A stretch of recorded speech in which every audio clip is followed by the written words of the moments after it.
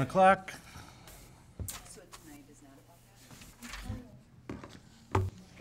We'd like, You don't want the roll. Okay, well, You can ask for roll. we'll ask for roll first. And then we'll do minutes. And then if there's time before the public hearing, we'll go to item number 2, because we've already discussed. You can speak, because I think we'll still miss.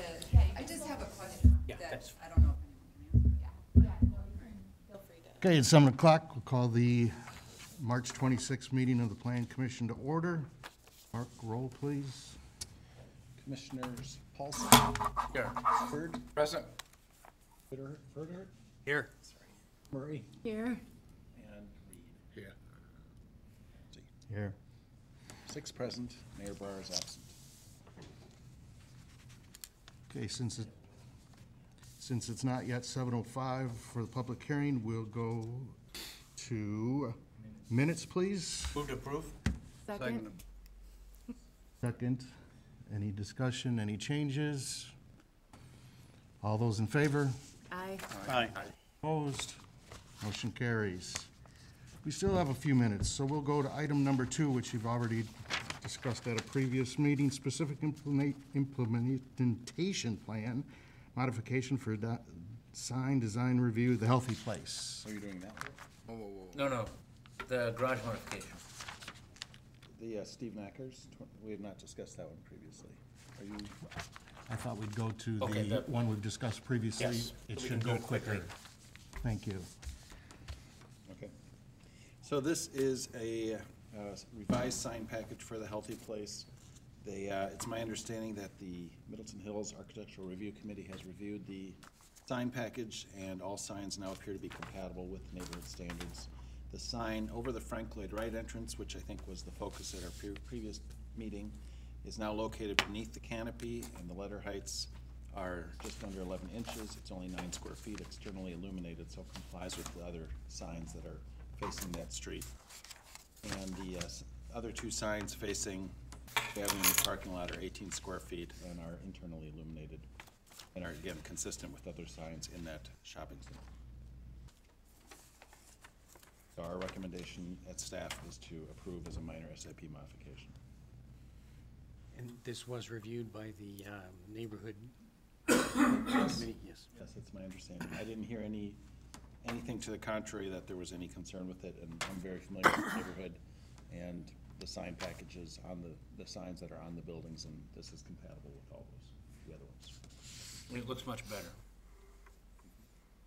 Just repeat the location of them each again. The one on the, The one you're looking at here They're on the screen. On the screen, right? Yep. So that is facing Frank Lloyd Wright Avenue, that is now shown under the canopy. And then that one's facing Century Avenue. And then that one is that one's facing That's Century, and the other one was facing the parking lot.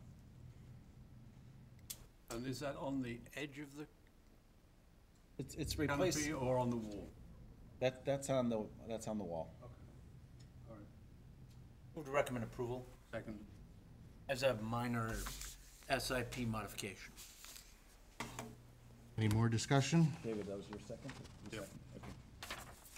Hearing none, all those in favor say aye. Aye. Opposed? Motion carries. Still have a little bit of time. Yes, we do. Next one, Ancho and Agave, because that was last time, follow-up to last one. too. All right, we'll move to number 4, specific implementation plan, SIP modification for sign design review, Ancho and Agave. We had concerns at the last meeting about the size of the letters on the 2 signs, and so the applicant, are you here tonight? I think there's an applicant here. Well, they are proposing reducing the letter heights by 3 inches for the capital A's. They also have provided information about signage on Biaggi's, which is next door. Based on the revised information provided and their effort to reduce the A's, I'm more comfortable with the sign package and would welcome any of your feedback, and our recommendation is to approve as a minor SIP modification. And how does it compare to Biaggi's? I mean, other than that one's Italian and one's... In terms of height? Roughly the same, aren't they? Well, Biaggi's, I believe, is actually even larger. Yeah. Sorry, I don't have the exact dimensions of Biaggi's, but they are, I think, in your packet. Or they listed it in the, They are in, there's It's Biaggi's. shown there. The capital letters on Biaggi's are certainly larger. I think the issue was how the sign in its location was Right. proportioned to Right. the space it occupies. That's really the bigger issue. Scroll up. Yeah. Yep. Ancho and Agape. To the ancho. So on the east elevation, Yep. The What- upper drawing. what is the grey band that has got the taco taquita? What I can't, Tacos, Los Amigos Amigos Tequila. and Tequila. right, tequila. What is that black band? what is the black band? Yeah. What is the material? Yeah, Um, because it's on it's also on the There's a key on the right south side. elevation as well. If it's the same as this on the south elevation, it's labeled as metal awning with threaded rods. No. Sorry, the grey behind the lettering. Oh, okay.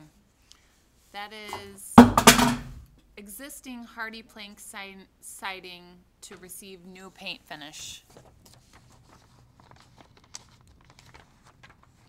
There was hardy plank on the Fuddruckers? This portion, at least. This actually here, which more closely looks like this, just says gray stained exterior siding. Right. And the Biaggi letters are 28 inches high, and these would be 24 inches.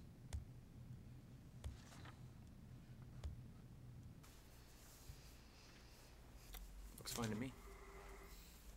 Did you say somebody was here about it? I thought somebody was here for it, but they are here for a different application. So what are those letters? Are they just painted on? Are they stuck on? Or Second here. Illuminated signage. Sorry, it's been a no? while since I That's looked for at it. that's for the big sign, right? Yeah, It's that's illuminated correct. in some fashion. Right. Don't know what those I little got ones 'em are. here.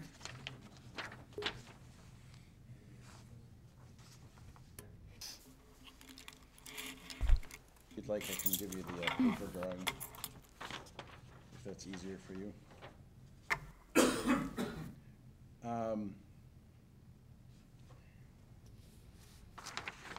don't have that information. 12, illuminated signage, that's not helpful. Do we know if Tacos, Amigos, and Tequila is illuminated? Or If you have enough tequila, it is. You might be illuminated, but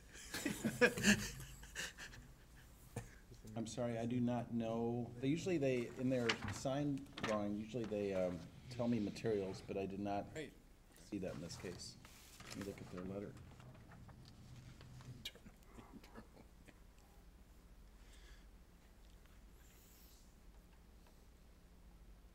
So we don't know It's how their they're. branded image. It doesn't say Yeah. anything about materials. I couldn't figure out anything Yeah. about it in the package that we have. I mean, what would the sign code, if it were applied in that area, you'd want it to be internally illuminated or, It- right? But turned off at a certain hour?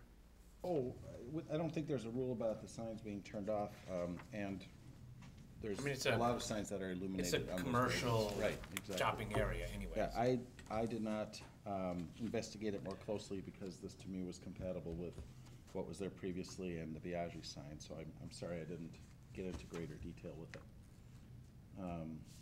Do you have a preference, David? I just don't know what those letters are, right? Are they letters mounted on a board? Or channel letters Oh, okay. probably. So you don't is know my what they're- guess. Illuminated signage, so I mean, they're internally illuminated, so I would imagine Oh, they are that's channel- that's the big ones though, right? Yeah, Talking about the mean, little the ones, one the below tacos. that, little ones? Doesn't call it out. that's, yeah. It doesn't show it all. Maybe just by the ambient light from the probably. I think getting to Kurt's question, David, is there a particular requirement or constraint you would want to impose on that?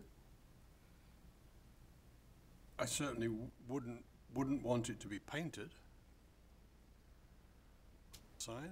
Are they, I'd like to know if they're stuck on letters. I can't imagine that they wouldn't be, but I can, if you'd like, we can verify that as part of your Yeah. motion to approve, if you're so inclined. We will make a motion. Well, and what the material is that it's stuck onto at the back, you know. I mean, We make a motion to approve, subject to clarification staff of the, clarification that these are not painted on, or whatever's the best way to phrase that. You want separate channel lettering.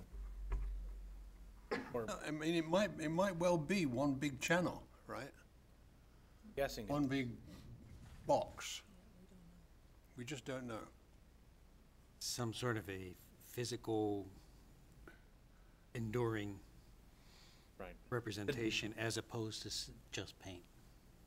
I don't want to get hung up over the paint. I mean, I think it could just be a big box with clear letters. Right. Illuminated internally.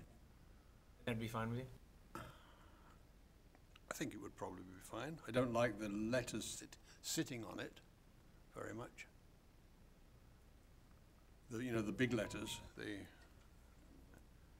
Oh, I think I have an answer. Well, the gray between the windows that goes across the entire building, labeled number 10, metal awning with threaded rods, but I doubt there would be a double awning. no. Everything else seems to be labeled on the drawing except for that.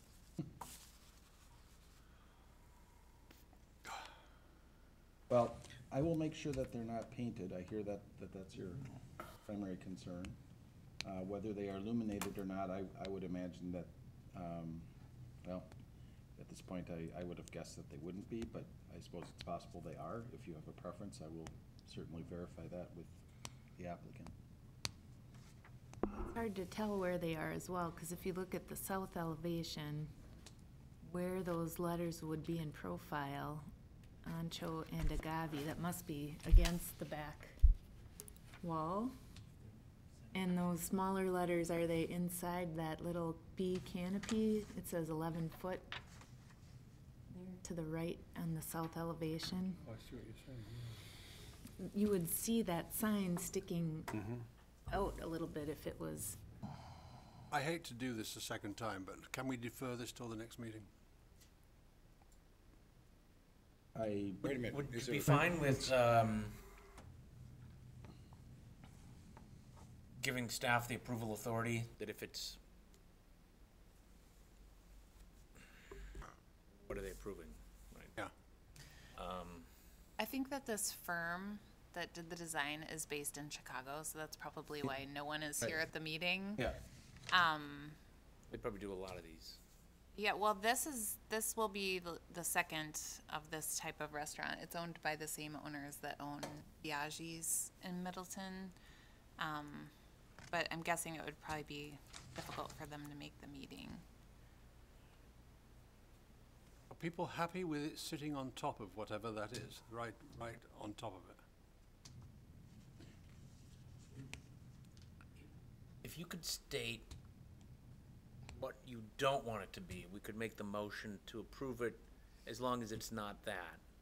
Or let staff just do the approval, and if it is that, then it has to come back.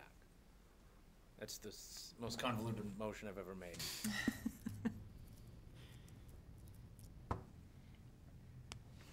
I think Jen points out a significant deficiency in the drawings, which is it really should be shown on that south elevation. There's a whether- profile. Whether it's against the building or further out on the awning, we don't know that. looking at what they submitted for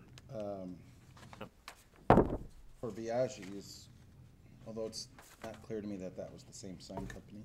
Is that a dashed line? It is. If you zoom in. Oh, yeah. There is a dashed line. You're right. near Right the- here? Yep. Where is it? I bet that's the, So it That's looks probably like, the looks big like it's letters, at the isn't it? edge of the awning then. It's out- It's on Yep, the, I on see the it now. right side? Good eyes. Yeah, it's right here. Whoa. Yep.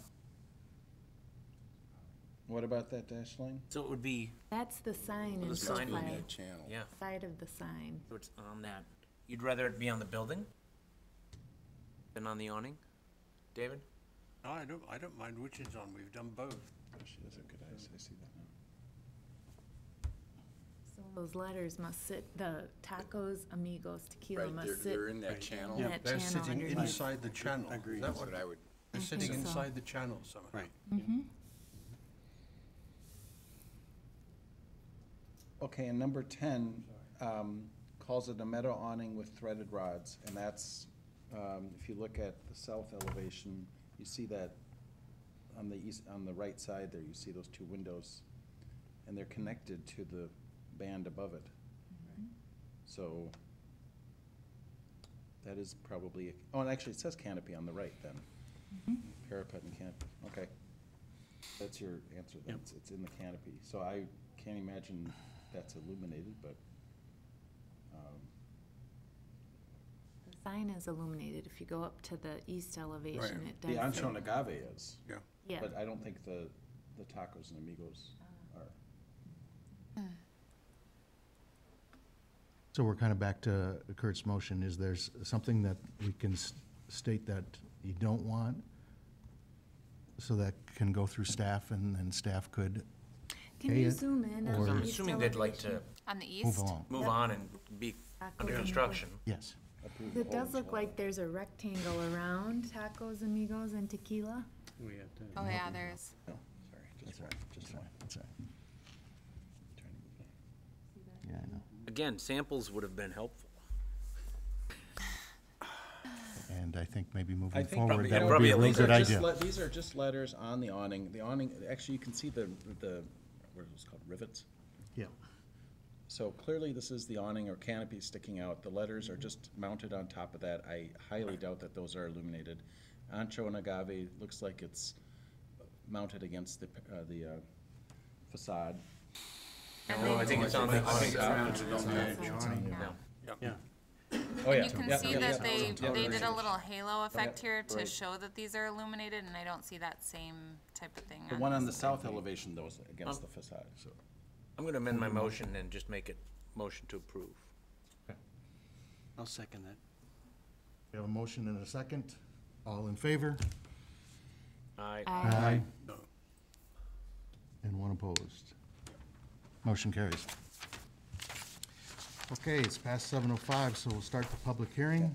And I'll try and get more detail next time, so we don't have these questions. So, sorry, I missed that. Thank you. And we have one person registered to speak. Sharon Brummel.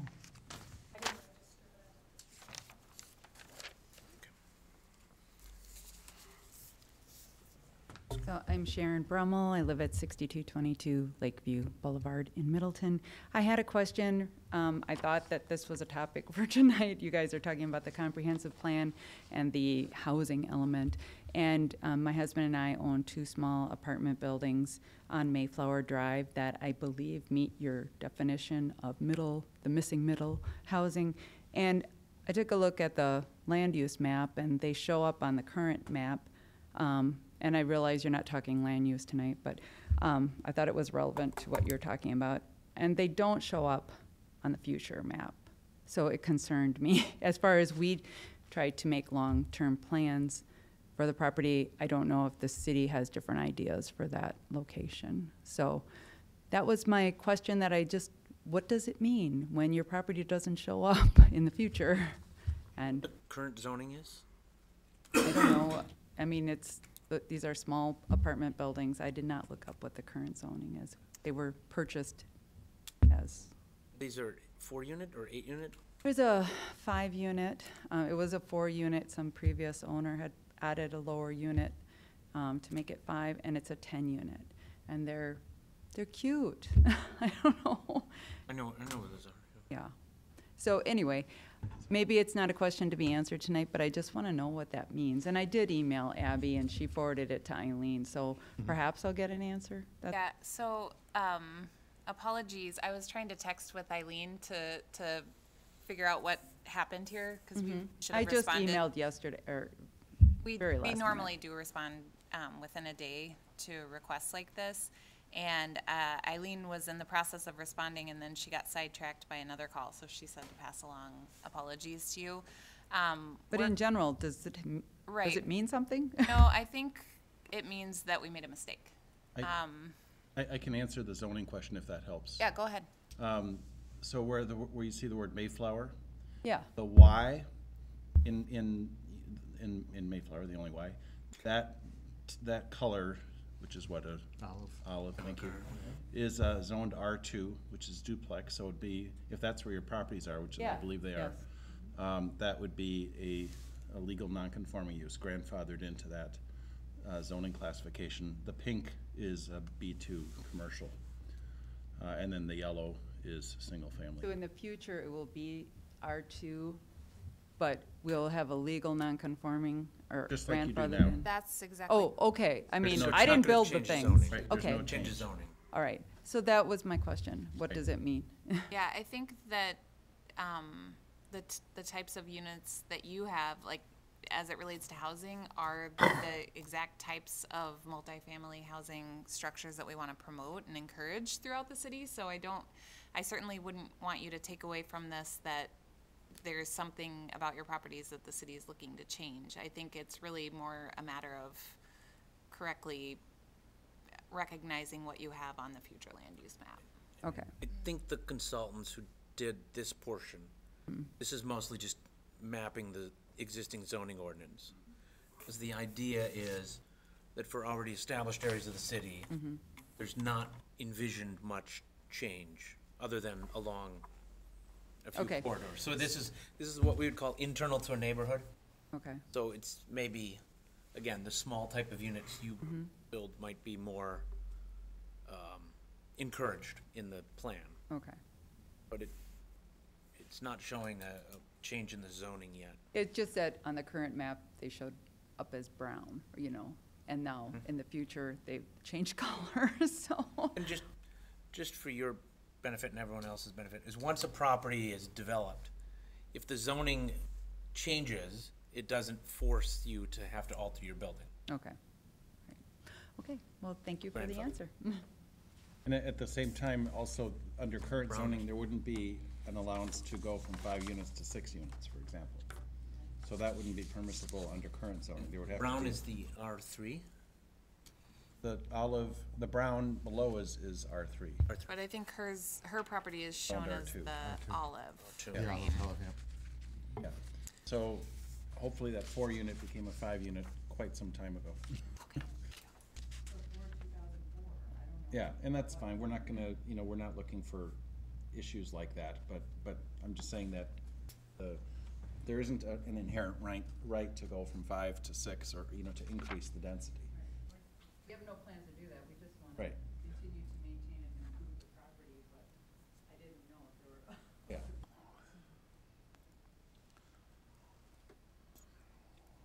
Thank you. Kathy? Kathy Olson, I'm the alderperson for District 1, and I'm here to show my support for the housing goals that you have listed in this draft.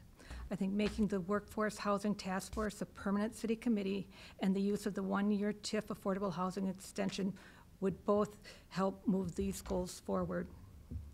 I strongly support partnering with the Habitat for Humanity or other organizations that support home ownership. Affordable rental units are necessary to address the housing shortage, but affordable home ownership is the goal for many families and force many of them to look outside of Middleton to purchase their first home. I'd like the city of Middleton to evaluate any surplus properties that may be appropriate for Habitat homes also. The missing middle housing types are important to existing residential neighborhoods. This addresses infill development, which if not done with care, could radically change or destroy the overall neighborhood characteristics. Protecting landmark buildings and historic sites should also be taken into careful consideration, and the missing middle housing approach would help preserve Middleton's history while encouraging vibrant neighborhoods. I support the rehabilitation of the housing stock, especially in the neighborhoods that also support the housing goals in the city.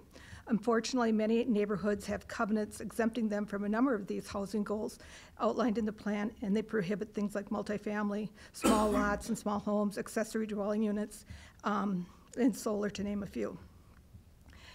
In transit-oriented developments and areas of dense infill, the city must provide and maintain additional safety measures that do promote use by pedestrians and cyclists. They could do this through enhanced signage, signals, street markings, and maintaining the streets. Mark, that's on deck for transportation. So, thank you. Thank you. Thank you. Anyone else wish to speak? Katie?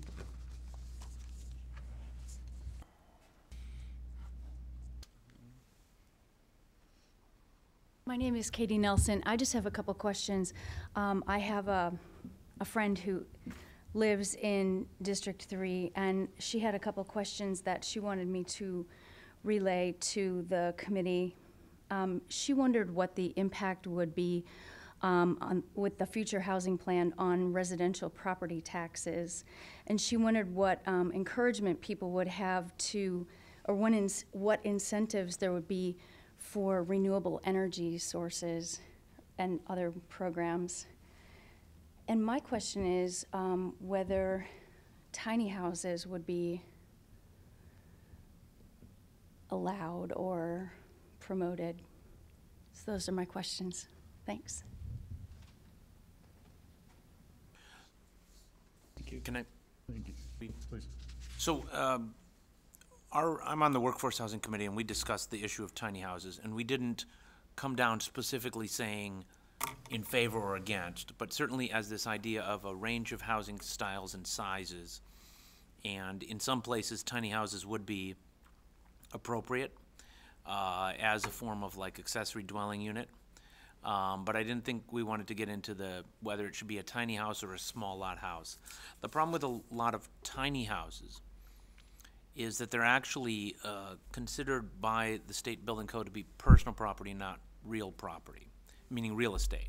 Because they're subject to different building codes and they're taxed differently, and usually they still have a chassis on them, and so that becomes more like a manufactured housing regulation. So we didn't want to get into that, but I think, just speaking for myself and the Workforce Housing Committee, if there's places where it's appropriate, I think we should definitely consider those. Whether that would be a use by right in the zoning or a conditional use, we haven't gotten that far, but. To answer the question about incentives for renewable energy, I staff the city's sustainability committee, and we've been working on a lot of things to encourage and promote renewable energy and also energy efficiency in the city. For single-family homes, it's a lot more difficult to incentivize, but one of the creative things that we did recently was we partnered with the Madison program, and that's a solar group buy program where the city helps to work with a local lending institution to write down the rate so that a homeowner can not only take advantage of lower financing rate for if they want to do solar on their own home, but they also can take advantage of the economies of scale through a group buy scenario. And I think that there were 4 homes in Middleton that actually did solar as part of that program. I believe that Madison had about 17, so it's not, an earth-shattering number of homes overall, but it was, one creative way to address this issue. Another thing that we have been talking about, we've been promoting PACE financing a lot to the business entities. And so PACE will allow, it's called Property Assessed Clean Energy, and Dane County recently adopted enabling legislation for PACE financing, and it allows commercial properties and also multifamily residential properties to take advantage of lower interest rate financing backed by the Dane County property tax bill. Although if if a loan were to default, it never would actually be paid back by property taxpayers, but it's it offers a lower interest rate because it gives financial institutions more security. Kurt and I recently talked about the idea of PACE financing for single-family homes, and right now that's not allowed in the state of Wisconsin. We reached out to WEC, or they're now called Slipstream, but they manage the PACE program for Wisconsin, to see if that was possible through the current statutes, and they have indicated that it is not possible. What they encouraged us to pursue instead was working with the local utilities to get on-the-bill financing.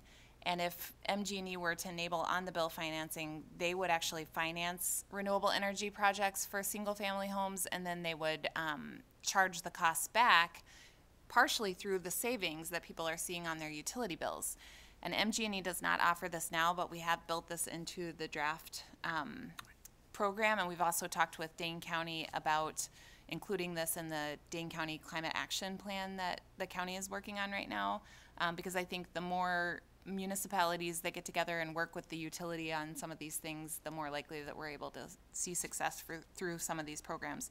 The other thing that we have done a lot of is TIF incentives for renewable energy, and we have a lot of large solar projects in the city, especially over the last few years, and the reason for that is that we have been encouraging solar and also geothermal through the use of TIF financing. There's nothing that stops a city from just creating a pool of funds and loaning it out at 0% interest, for example, for homeowners. The problem is, of course, coming up with that initial pot of money, administering the program, competing, because it would come out of general revenue, so it goes against the other service needs. So that's why PACE or using county financing would be best. Or the affordable housing extension Right. could be a possibility too. Are we going to come back to talking about this after we've closed the session? Yes. We are. Anybody else? Okay, with that, we'll close. Sounds like the one part of the question that was not addressed was sorry? the impact on taxes of increased infill. It would seem to me that with an increased number of units, increased density, the tax base spread over more units, it would actually have a positive impact on taxes. Yep, and actually, we have a really nice PowerPoint presentation that our finance director put together for the annual retreat last year on infill development and the impact on property taxes, and basically the cost to extend services. I think you were there. Maybe it was this year. You might have been at the meeting. The cost for services is lower on a per unit basis with infill development, and he has plenty of really good data to back that up too. So I can send you the PowerPoint link. All right, thank you. We'll close the public hearing then. And we'll move on to item number 2, specific implementation plan for residential garage modification, Steve Knackers, 2641 Sandboro Road. And I know the applicant is here in this case. This is in the Hidden Oak subdivision west of Capitol Ice. And what the applicant is wishing to do is to put an addition on the front of their home, specifically to enlarge the garage because of the curvature of the front lot line and the desire to keep the house a straight line. They are encroaching into the curved area by 3 feet. Most of the lots are rectangular, but this one is not because of the proximity to the cul-de-sac, which is adjacent to them. Zoning regulations require minimum 18-foot front setback. Because of the PDD zoning, it is our belief at staff that we've treated these before. Bishop's Bay happened a couple years ago too, where we consider SIP modifications, minor SIP modifications for departures from the minimum front setbacks or impervious surface area in the case of Bishop's Bay. So we feel that it's an appropriate venue to take it up here instead of through the Zoning Board of Appeals. Mark, you said intrude into the curb. You mean In the front setback. into the front setback? Yeah, It sorry. doesn't intrude into the sight line? Or the right of way? I was paraphrasing Okay. too much, correct. Mark, is it just in this location that I'm circling Yes. here? Okay. So essentially, the minimum setback, Little piece in the 15 corner. feet. Yeah, Right. and if they were to try and avoid that, they have a dog in their house, and obviously that creates an aesthetic impact to the house. Not to mention more complicated roof lines and such. I'll approve as a minor SIP modification. Second. That motion. Any more discussion? It certainly would qualify as a variance because it's a unique characteristic of this property. That's not, yeah. More discussion, no more questions? Call the question, all those in favor? Aye. Opposed? Motion carries. Compelling testimony. Thank you. Okay, we are on to item 5, comprehensive plan update, housing goals, strategy, action items, discussion on transportation goals, actions, and strategies. Do you want to start with housing, Mark? Or transportation? Sure. All I was gonna say was that the other bit of input we received is from Commissioner Ferdehert, and that's at your place regarding transportation. That's all I was gonna say. So, In terms of housing, we received one email from Kari Oaks. I think that it was forwarded to all of you. I want to make sure that it's part of the record. She was supporting the draft goal, strategies, and actions of the housing element. I posted this on our city Facebook page, just to let people know about the hearing that we were having here tonight. And we reached over 1,400 people with that post, and we had 305 engagements, mostly through post clicks. So it showed that posting it, people actually did click through and pull up the document. So that's good news, exciting for us. I wanted to just go through a brief background here on the housing element. As I think you all know, Wisconsin's smart growth planning law requires that the city have a local comprehensive plan and that plan include a housing element. There is a very useful document online for anybody who's more interested in looking at the details of what a housing element should include, and it is called Housing Wisconsin, A Guide to Preparing the Housing Element of a Local Comprehensive Plan. It was done by the UW Extension. It's a little dated. I think it was done in 2003, but it still contains some really useful and interesting information, including a chart that I was able to pull up I had never come across, and it outlines a number of housing programs that are available at the federal level and the state level, some of which I was not familiar with. So it's a pretty useful document. One of the most important components of a housing element is preparing a housing needs assessment, and then ensuring that you have policies within your document that provide opportunities for the development of the types and amounts of housing expected to be needed over a 20-year planning horizon. So the data that we will be using for population projections and housing projections comes from the DOA, and they estimate between 2020 and 2040 the city's growth rate will be about 0.84% annually. They estimate that between in that same time frame, that 20-year time frame, the city will need over 2,000 will have over 2,000 new households. And consistent with national trends, the DOA estimates that Middleton's household size will decrease over that time frame to close to 2 persons per household. Another important component of the housing data that we try to keep up with is the rental vacancy rate. This is a chart we got from Kurt, and you can see that, well, I guess, oops, I wish I could mouse over this and show you. Oh, here we go. So a healthy rental vacancy rate is about 5% according to HUD. That level of vacancy offers enough housing choice in the market for people who are looking to rent a unit. And in the year 2009, the city's rental vacancy rate dipped below that level that is considered healthy. at 5%, and that was around the time of the recession. So that's when the number of rental housing units that were being built was no longer keeping up with the demand. And you can see the blue line indicates rental units as they're being constructed. So even in the last few years where we've seen an increase in the number of rental units that are being built in the city, you can see that the vacancy rate is continuing to be below that healthy vacancy rate level of 5% and is hovering right around 2%, which indicates that even with the additional construction, the demand is greater than what the market has been able to supply.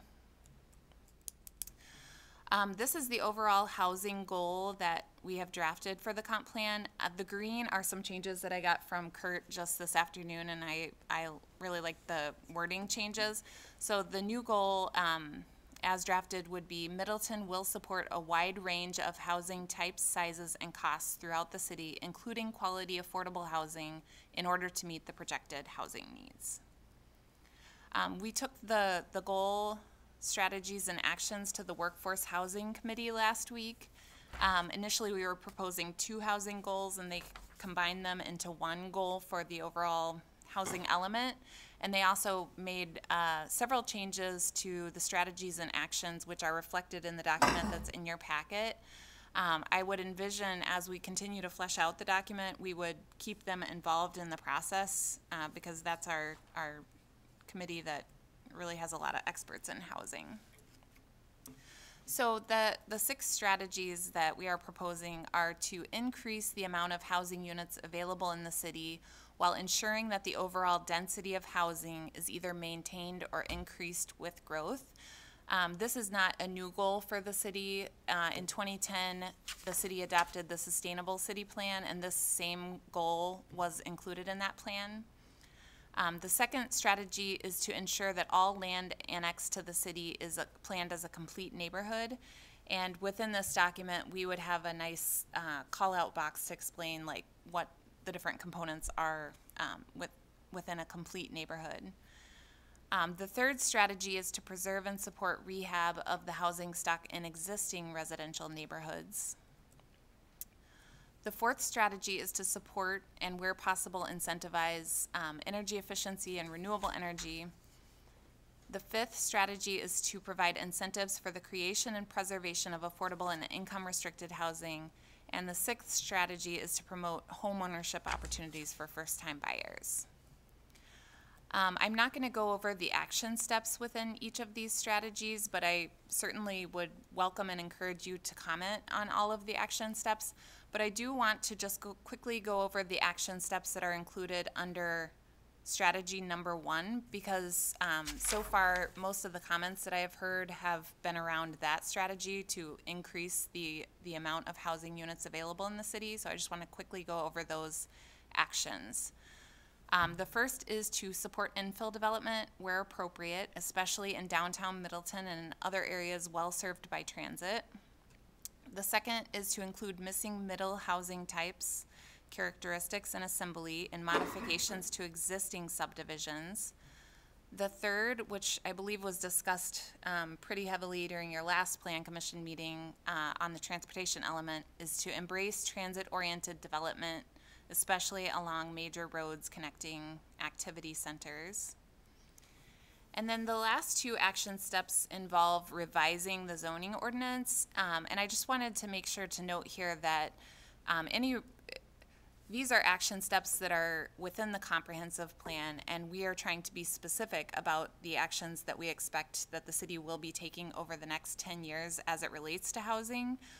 What we don't know is all of the details about what the language in the zoning ordinance would look like. We would really want to have a significant amount of public input around any modifications to the zoning ordinance. And we, of course, would hold public hearings. We would get input from residents about what they would like to see. So the first action is to revise the zoning ordinance to allow an increase in density by encouraging ADUs, missing middle housing, and multifamily housing that make efficient use of land.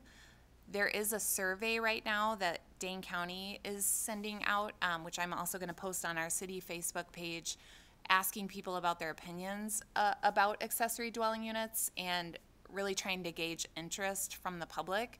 I know that it's something that we've gotten quite a few phone calls about, and right now our standards for ADUs are pretty strict. We allow them as conditional uses, but they can't be greater than 500 square feet. And there are some other things within our current ordinance that make it pretty challenging for somebody to develop an ADU. The second action here is to amend the zoning ordinance to reduce the minimum residential lot size for single-family homes, increase the maximum building height for multifamily homes, and other modifications to the dimensional standards where appropriate. And again, this is something we would want to see a significant amount of public input around. The single-family home lot size in particular, what we have seen is that most of the new subdivisions in the city are requesting a rezoning to PDD, and they are significantly reducing the lot size of what we would typically require for an R1 lot. Right now, our standard is 7,200 square foot for an R1 lot, and in Middleton Hills, Hidden Oaks, Misty Valley, we're seeing lot sizes of 3,500 square feet, so it's less than half what is now the R1 minimum. So, the market is kind of already dictating what the demands are, and we need to make sure that our zoning ordinance is keeping up with changing preferences. People are desiring to live on smaller lots and build smaller homes, and I think that's a good thing all around. And that is all I had.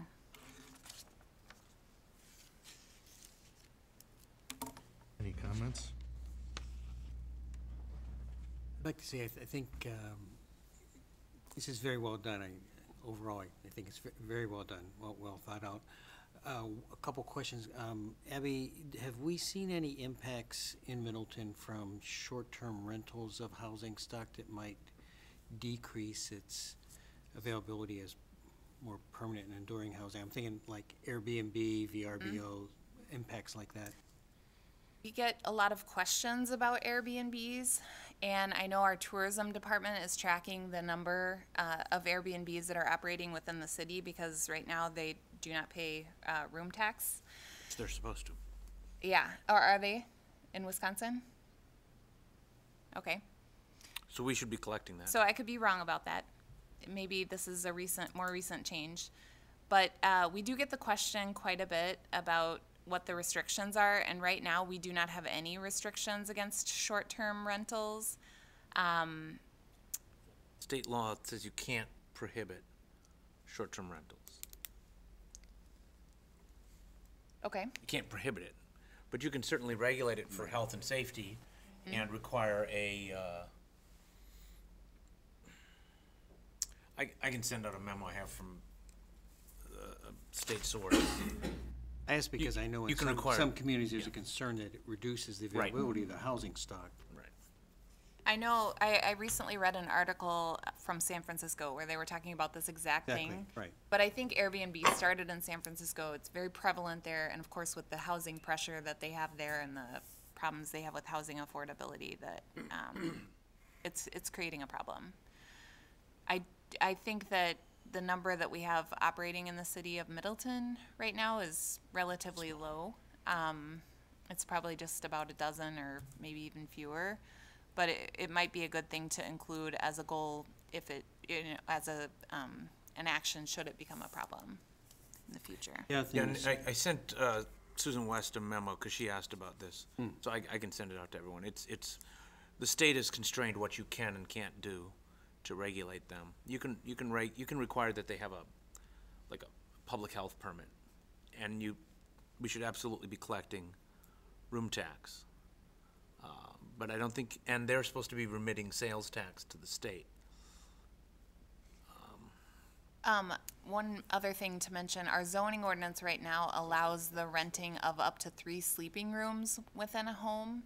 So that, I have no idea how common that practice is because it's nothing that we track, but you could rent up to 3 separate bedrooms within your home without it being a separate dwelling unit, and that is allowed right now under our current ordinance. The other comment I had related to strategy 3, preserve and support rehabilitation of the housing stock. I guess getting back to Alder Olson's comment about, seems like we should have something related to preservation of historic Yes. housing. I completely agree. I talked to Kathy about this morning. We should include a goal within this strategy or an action within this strategy. And we also will be including more information about the locally designated historic landmarks within the culture section of the plan. Good, thank you. My comment is somewhat related, number 3, in terms of wondering if there's any neighborhoods that have particular housing strategies that we should recognize, and/or the concept that there may be some restrictions that are within neighborhood. So the first question, we don't have any neighborhoods within the city of Middleton that have their own planning document. We do have specific corridors and areas within the city where the city has initiated and led a planning process. So like the Parmenter Corridor neighborhood plan, for example, would be like a sub-area plan. If you look at the city of Madison's plan, they have a very strong neighborhood planning ethic that goes back many decades in the city. And it's really interesting to look at their plan because they have so many neighborhood sub-area plans that they're working with. We don't really have that here. In terms of covenants, though, covenants are oftentimes stricter than the city's standards. So it's something that we have to be aware of when it comes to issuing a fence permit, that oftentimes there is a neighborhood that has a more strict standard than the city's standard. We do not keep track of covenants at the city, and we also do not enforce them. So it's really up to the individual resident to know if they live within a neighborhood that has covenants. Kathy was telling me earlier that Stonefield, Middleton Hills, and I think Hidden Oaks, at least those 3 neighborhoods still have covenants. I'm guessing Bishop's Bay probably has covenants as well. Like North Lake, yep. So I know since I've been here, the neighborhood covenants for the Fox Ridge neighborhood have now expired, so there's nobody enforcing those covenants. But I remember this coming up when a PDD rezoning was being requested, and the neighborhood, I can't remember what subdivision it was, but they were proposing that the covenants be part of the Plan Development District documents. And so our Plan Commission reviewed the covenants and actually took a couple of things out. Was it Chickahawk? So there were some things in there, I think, that were really strict regulations against solar, which they struck, and then also a restriction against clotheslines, which also we required to be struck from the neighborhood covenants. But there may be neighborhoods within the city that have restrictions against accessory dwelling units or solar. So these goals that we're outlining for the city overall, for at least the time being, may not apply to some of the neighborhoods in the city if they have covenants that are stricter than the city's standards. How would a resident know if they have a covenant? I think usually when they buy their Buy it at home, the the realtor provides them with a copy of the covenants. And usually those are neighborhoods that still have a governing board. Generally, I live in a neighborhood that used to have a covenant, but over the course of time, there was no board anymore, nobody, and at times they just dissolve. But to go back to Kurt's point, if you buy in a neighborhood that has that, it's recorded with your deed. I suppose like in the section where we're talking about new land annexed to the city, we could have an action step that says that the city shouldn't allow neighborhood covenants that prohibit, and then, you know, list the types of things that are overall goals for the city that we wouldn't want neighborhood covenants to prohibit, like solar and clotheslines and. I don't know if we can. I'm not, sure we can do that. A covenant is a private law device. It's like a contract, so we. Well, we wouldn't have to approve an annexation if, Right. In the same way that a private street is like a private law contract or an easement. and certainly if they were requesting PDD zoning. Right. I suppose if they were requesting R1, Right. it would be harder to prohibit, but if they were requesting plan development district, I think we would be within our right to do that. Can I ask Alder Olson, do you know which neighborhoods have covenants prohibiting solar? I thought it was that it could, Hidden Oaks was one that you couldn't have it visible.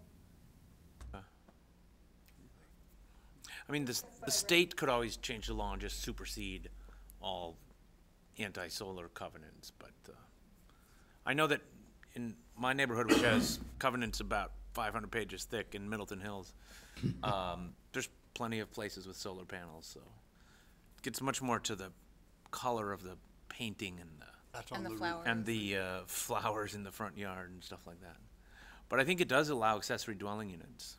Yes, yeah, Middleton Hills has, I think, more permissible standards for ADUs than the city overall. I But they think have to be that would- attached. I think having something about that in the goals or the supporting action items would be helpful, even just to say the city should take a look at this as developments are. I'd agree with that, even if it's just recommendations rather than requirements.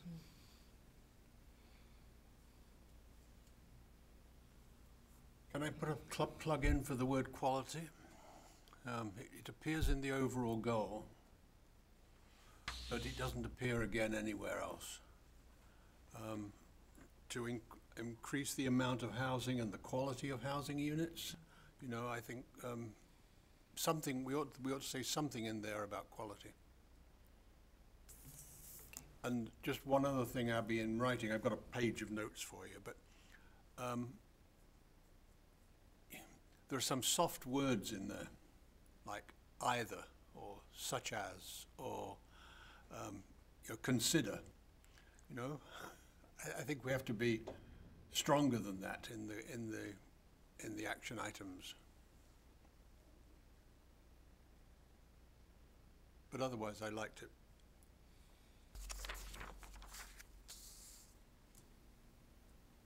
I'm trying to find an example of that, David. Oh, Oh, like, either maintain or increase with growth, okay, such as University Avenue. Are there more? Oh, actually, I'll take credit for that one. Okay, sorry. Such a. is this the TOD one? Yeah, it's numbers 1C. Yeah, and I was just giving examples. Yeah, I think the phrase there is not to say that we're absolutely committed as a city to TOD and necessarily on these corridors, because we want to keep open the possibility. But the likelihood that we would have TOD along University Avenue right now with Madison's current plan and the legislature's current funding is close to zero, right, so. But we want to keep open those possibilities over the plan horizon. Clarify, Kurt, you said TOD development, are you talking about actual transit, is what you meant? Or did you mean, I meant actual specific BRT lines, but yes, we That's can what do you TOD. okay. And I think, yes, so, and we had talked a little bit at Workforce Housing Committee about whether to be more specific. So for example, one way to encourage transit-oriented development is to do like an overlay district within like a quarter mile or half mile of a bus station or a train station, and to allow flexibility in height limits, usages, and parking requirements. But I mean, we can get that specific, but that's kind of usually what TOD means. Abby, four, Thanks, Mark. in four, support and incentivize housing, got a where possible in there. Yep. You know, I think it's those, and then in C, we consider requiring, do we want it or not, you know? It's, Right, anyway, okay. do think these are some good strategies, actions. One other comment about the quality, I was thinking about, what makes a neighborhood great? It's the people that are around the neighborhood, right, that have life. Use it with all the things that make neighborhoods good, and housing is a part of that. So maybe if there's a strategy that supports, community involvement in housing activities. Lively environment, yeah, so those kind of words, yeah. When I was in grad school, I worked for the city of Iowa City, and one of the things that they did, which I absolutely loved, and I proposed it a while back here, and it didn't really gain much traction, but they had a mini grant program that neighborhood associations could apply for something that they wanted to do really small in their neighborhood, and it was a really small amount of money. I think they gave out like 5 grants per year, so maybe they were like $500 or $1,000 each or something like that. But it encouraged people in the neighborhoods to get excited and come together around some small improvement that they wanted to make to like their neighborhood park, or in one neighborhood I remember it was the Goosetown Historic Neighborhood, and they had they hired an artist to make like a special sign topper for their neighborhood to designate what neighborhood that they were in. And I thought that was a really cool way to get neighborhoods excited and involved around something like really positive for their neighborhood, and also to help delineate the neighborhoods. And I think that's something we could still consider here in Middleton, because Mark and I were talking about creating a neighborhood map of the city, and some of the boundaries are a little fuzzy even for people who live within them. Like I actually am not sure what my neighborhood is called. And I live near the high school, so I live in the neighborhood near the high school, but it would be kind of cool to have something like that would help get people excited about doing something for their own neighborhood. The graphic that you showed about missing middle, is that available to us? I sure hope so, because Madison used it in their plan, so I just sort of assumed that we had free reign to use it as well. But I think any of the graphics that we include within the plan, we will have to get written permission for. The website where it's from is called missingmiddlehousing.com, and so there's actually lots of neighborhood plans and site plans and little pictures of cottages, and so I read plans for a living, and I've seen lots of people copying this image without full citation. Not that we should, but so if you click on diagram of missing middle housing types, just to the right.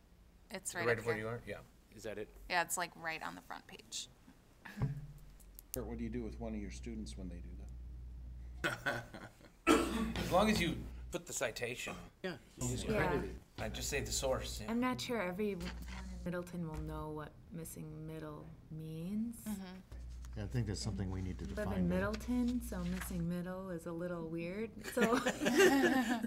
I mean, I don't know if there's a way that it could be.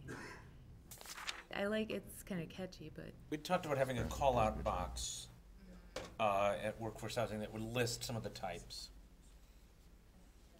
And we would expand it to include possible tiny houses, or what are sometimes called pocket neighborhoods, or small lot singles, or cottage clusters. There's a lot of different names that are used. Yeah, I'm not sure that we're gonna have a lot of bungalow courts, but kind of cottage cluster sort of small. I mean, we talked a lot about making sure that we talk about like small lot singles and redevelopment. So if you look, for example, at Monona, they had kind of 2 large, really rundown houses on Femrite Drive, and they were ready to be removed, and so the developer put in like 8 small lot singles, real high quality finishes, kind of shared parking in the back, this kind of slip parking, and last I've seen, those are selling for $400,000. I mean, so this is a way to get more design and kind of gradual density in neighborhoods. I mean, if someone's building a kind of smaller lot, smaller development, it's not going to be kind of really low quality rental, because I mean, housing costs are expensive anyway. So. just keeps coming back, though, to my comment last time about keeping, remembering constantly how we're going to present all this. You know, we need some thoughts about formatting as we're going along, rather than at the end saying, "Oh my God, I've got to format it." Yeah, so call-out boxes is one technique. We have a, Involved. yeah, we have a, part-time employee right now through the end of June who has a degree in graphic design, and we have her working on a template for us that we can put our information into, that hopefully we can present it in a very nice graphic way so that it's engaging for people.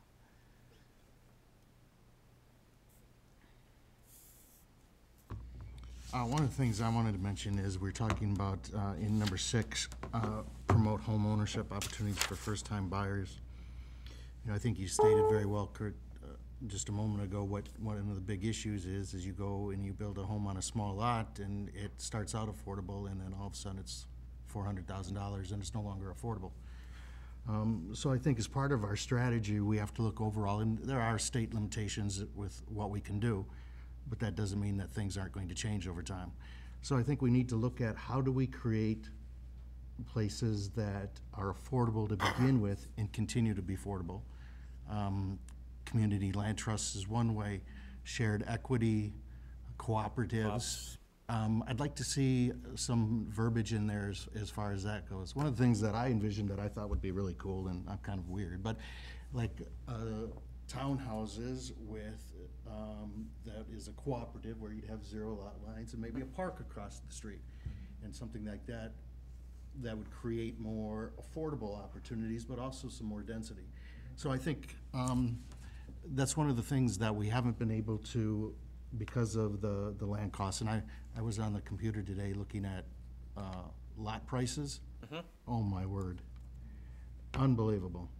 So I'd like to see some language in there, even if we can't immediately do them because state laws are gonna have to change. But this is a vision document.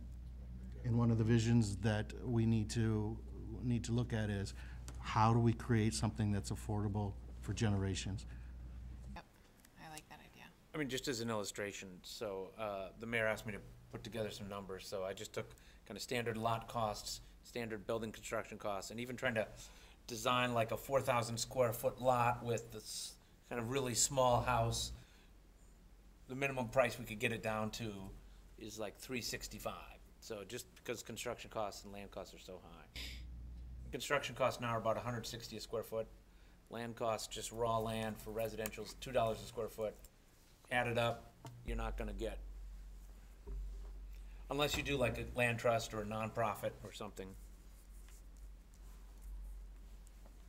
Any other comments for that? Okay, we want to move to the transportation.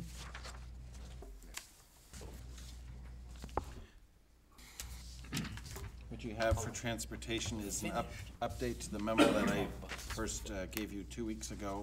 It's a couple pages longer now, thanks to some additional work that I did, and in particular, I want to recognize those of you who contributed. Jen, in particular, gave me a very nice, long list of comments, long and all very good comments. And Wayne, at your place today, I gave you some of Wayne's suggestions. And Leaf, I think, has given me some, he talked about Celebration Florida, gave me some examples there. I feel like I'm missing somebody who gave me comments, but I'm sorry if it wasn't any plan commission member, I don't think. But anyway, so if you could go to the memo, Abby, I didn't do a PowerPoint, but. Is this it? All right. Yeah, yeah. So the goals, last time there was a paragraph, if you scroll down a little bit, please. I divided it into 2 goals. At your place, you'll see Wayne has added a few words, suggested a few words, which I think are very appropriate. And that, well, I'd like your direction on including them, but I had just received them. When I wrote the memo, I would have put them in the memo. So I think those are good suggestions. Invite your feedback.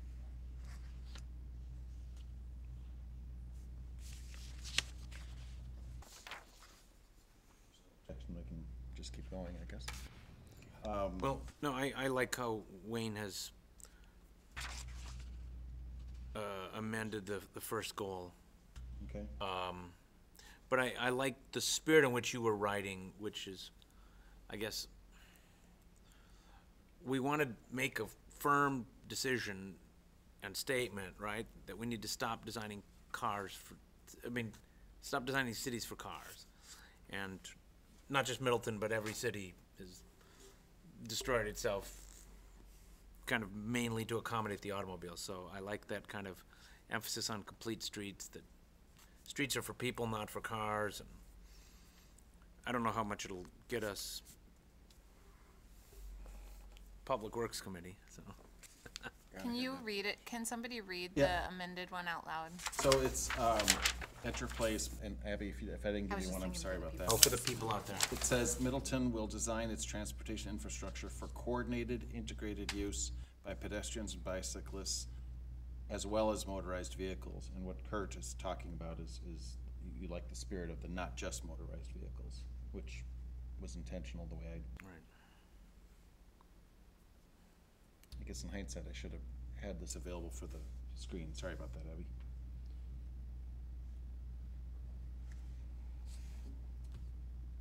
Wayne, are you okay with keeping it not just, or what was your thought behind the, Well- changing it to as well as? I thought that saying not just was almost dismissive of motorized vehicles, and the reality is most of the decisions that we're making do relate to motorized vehicles, so I wanted to not be dismissive of motorized vehicles, say we do want to give priority to other modes, but the reality is we have to design well for motorized vehicles. So. The other component of this goal is it doesn't recognize rail or air or other, modes that might be important to our vision, so just pointing that out. Right, we should include transit, we should include rail, because some portion of our shipping of goods comes through rail, and we have an airport, right? Well, the second, Yes, we did. yeah.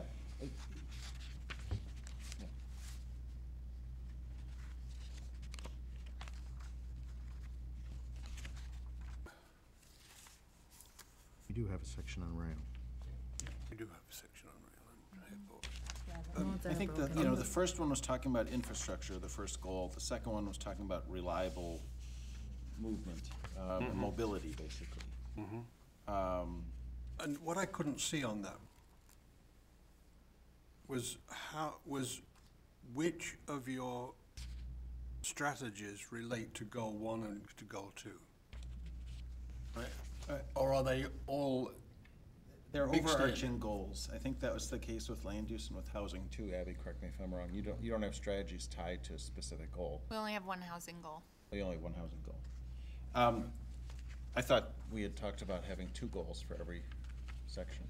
Well, the Workforce Housing Committee combined two into one. Okay. It was a mega goal. I'm fine with that. I originally had one goal and then split it into 2 because I goal thought to that move was the how we were going. I think the strategies ought to relate to goals, Well, then, so that you could then start measuring our achievement of that strategy and ultimately the achievement of that goal.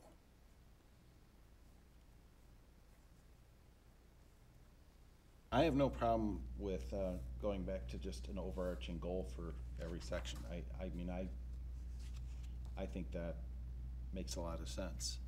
I had a misunderstanding of, I didn't realize housing had gone to just one goal, so I thought we were, Madison, we basically adopted this format a few meetings ago, looking at what Madison had recently completed, and they had 2 goals at the beginning of every section.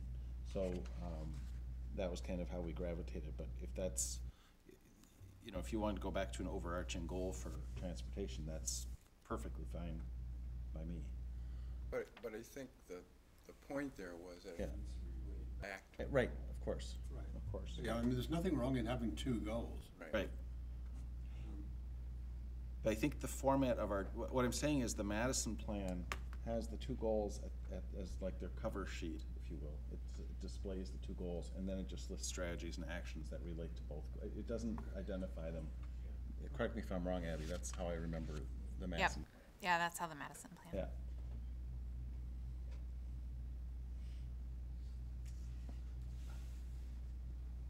This looks much more important than the housing one, because it's 10 pages as opposed to 2 pages. I think a How do different we get, style of how do we being get, done. there's a different style, obviously. Yeah. Bigger font, I think, is. Bigger font is a bit of it, but certainly we need to balance between the two. Well, and to be honest, I haven't gotten Abby's and Eileen's feedback to help whittle down. I haven't sought it. I haven't asked them, so I haven't actually worked with them on it. I think there are ways to make it more compact. At this point, I thought it was better to put in all the ideas and then whittle it back instead of having a vacuum that needed to be filled. What I see here is this section includes a lot more very specific items in terms of like in the bike, you're identifying specific additions to the bike network as opposed to, let's say, in housing. It's more, I guess I describe it more as policy related as opposed to detailed implementation. What I tried to do was provide more examples instead of getting too detailed. But if you want me to remove some of the details, we can do that too. But I think what I've heard under housing is you want some specificity instead of using words like consider. You want more. Yeah, but here's, I think, an example, Paul, Mark, of what we're talking about. 3A,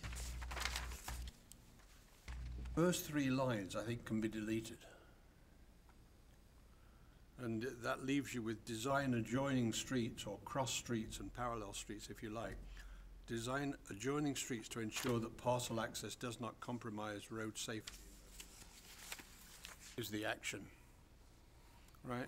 I don't think you need all of those first 3 lines to sort of qualify it.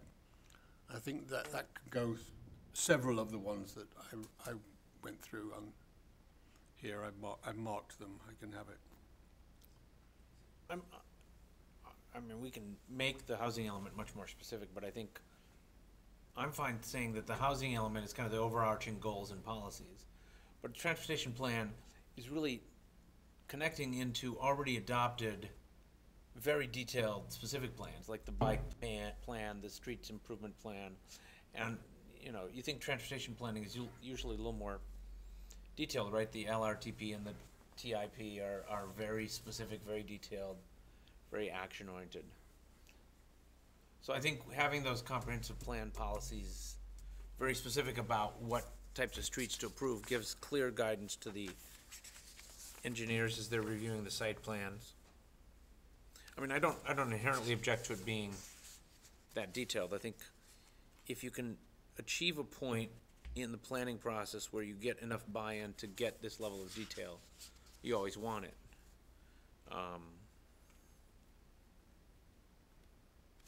And the previous comprehensive plan, the transportation policies were much more detailed It's than the housing ones. Yeah, I would say so. Yeah, the transportation section was longer. Quite frankly, I didn't go back and look at that one too much. I've been reviewing more state of the art and what other plans are doing, and just knowing my work over the years, the issues before us, I didn't go back and look at. I mean, I'm not saying I ignored the old plan. I'm not, this is meant to be an update, but I haven't consulted that one for quite some time. Frankly, transportation issues are issues that we as a city have a little bit more control over, so you can be a little bit more detailed. With the housing plan, we're still somewhat at the mercy of developers and what we have for land, but with the transportation, there, I just feel as you can have more detail because we have more input to the plans.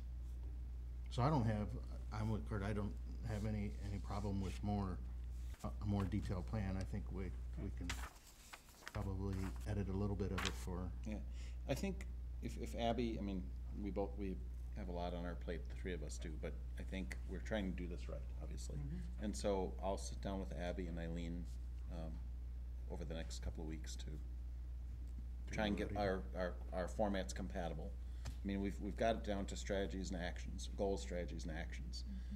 But we'll have an internal discussion, and I apologize, I did not invite them to respond more promptly. I've been working more with the commission and my own work, and trying to get the Ped Bike Transit Committee to meet, and hopefully they'll meet on Monday to review this. So, if you'd like, I can, do another iteration of this. And Dave, it sounds like you have a number of specific comments. I would welcome you, or if you are willing to share those with me outside the meeting.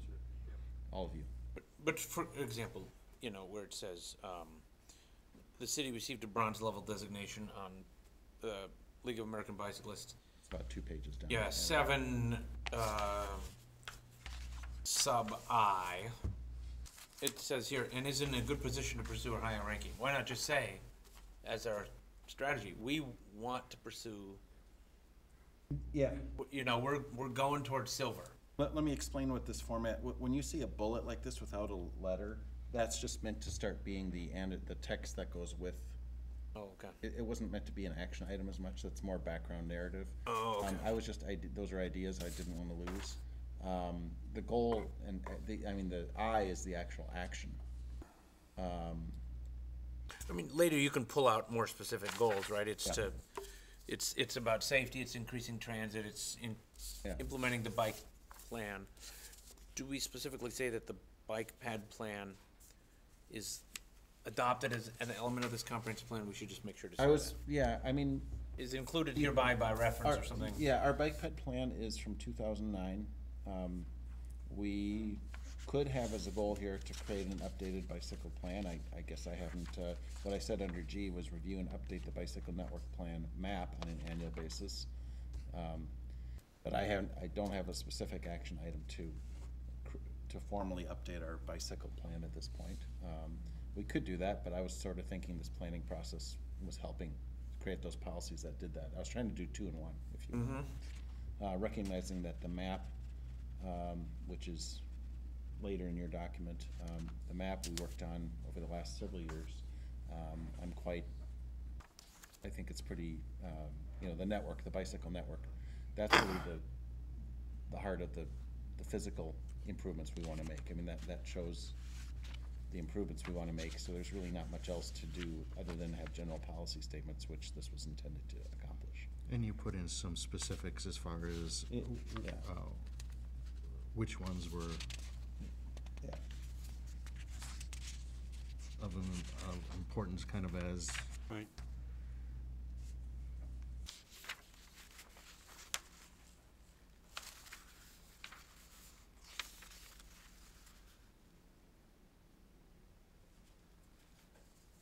So what I did, just for the benefit of the audience, and all of you here, you've seen it, there's the general policies, the general strategies and actions at the beginning, and then I created a strategy for every transportation mode, starting with pedestrian, and then there's 9 action items. Bicycle, 9 action items, public transit, and 7 action items. Rail, roadways, and then a section on parking as well as the airport.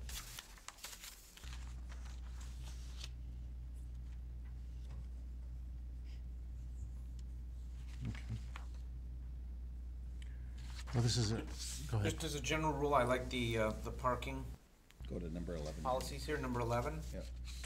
Right, updating the city's parking standards to be more flexible to respond to developments and encourage less use of private automobiles. So that's kind of getting to what we don't want to be.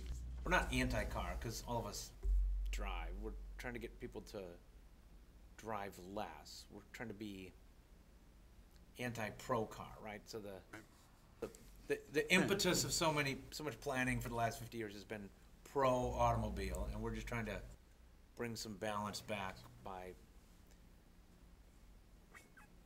encouraging pedestrians, bikes, transit, skateboards, hovercrafts, scooters. No, just seeing if Mark's paying attention. I am. I saw the word consider, we're gonna have to remove that one under the letter A. Right, yeah. So I like this idea of eliminating or reducing parking minimums.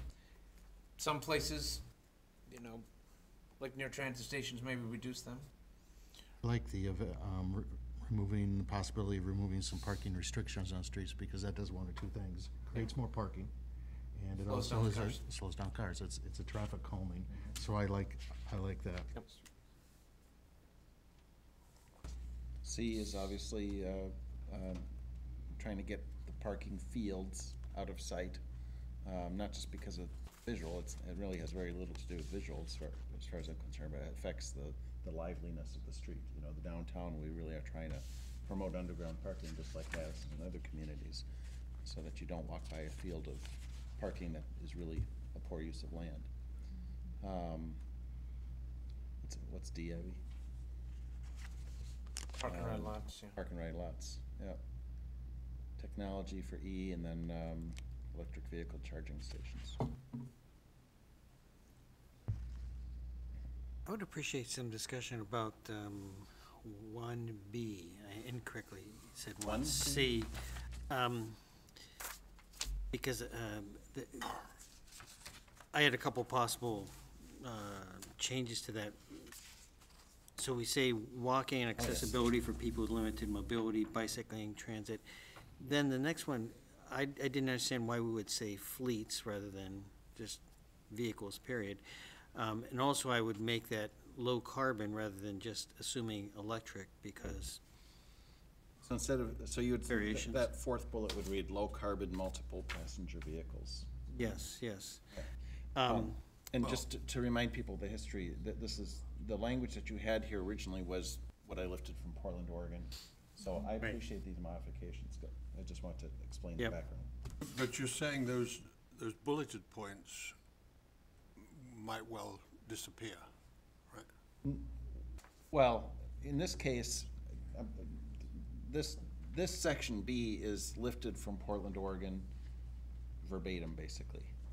Okay. With a couple minor edits, I think, from Jen already. And now Wayne is offering some edits as well, and I think I cut Wayne off. Sorry about that, Wayne. The other point I was trying to consider is, you know, we can make changes that relate, well, we could have some control over priorities and signalization given to, relate to occupancy, but I don't know how we influence the fuel mix, other than providing incentives for increased charging abilities for electric vehicles. But I don't see us doing something that tries to discern whether a vehicle is electric or hybrid or gas, and then giving it priority in the transportation system.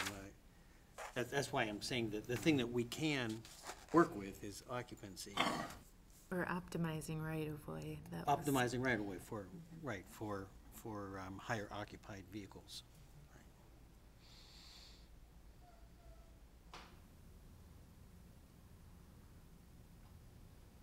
But I didn't understand from your, what you provided here, the alternatively make last bullets, and you listed those, just described. In other words, What are the- you suggesting striking? In other words, those three could be an alternative to the last three bullets above. I see. So starting with where you did low carbon multiple, okay, that's what you're saying. Right, yes. Okay, thank you for That would be another approach. That, in terms of just recognizing the fact that in terms of what we can do in actually influencing traffic, we're not going to be choosing between fuel types as vehicles are on the road, but we can choose based on occupancy. I just wasn't sure how others might consider that. So you're saying we can influence, the city can influence design and policy decisions regarding occupancy? In terms of lane Those two, preferences, yeah. right, for higher occupancy, but And I you're agree you're with not that. gonna do that based saying only electric vehicles can be Yep, I agree. in this lane. So everyone else? Okay. One more issue is, I don't see anything in here about traffic calming.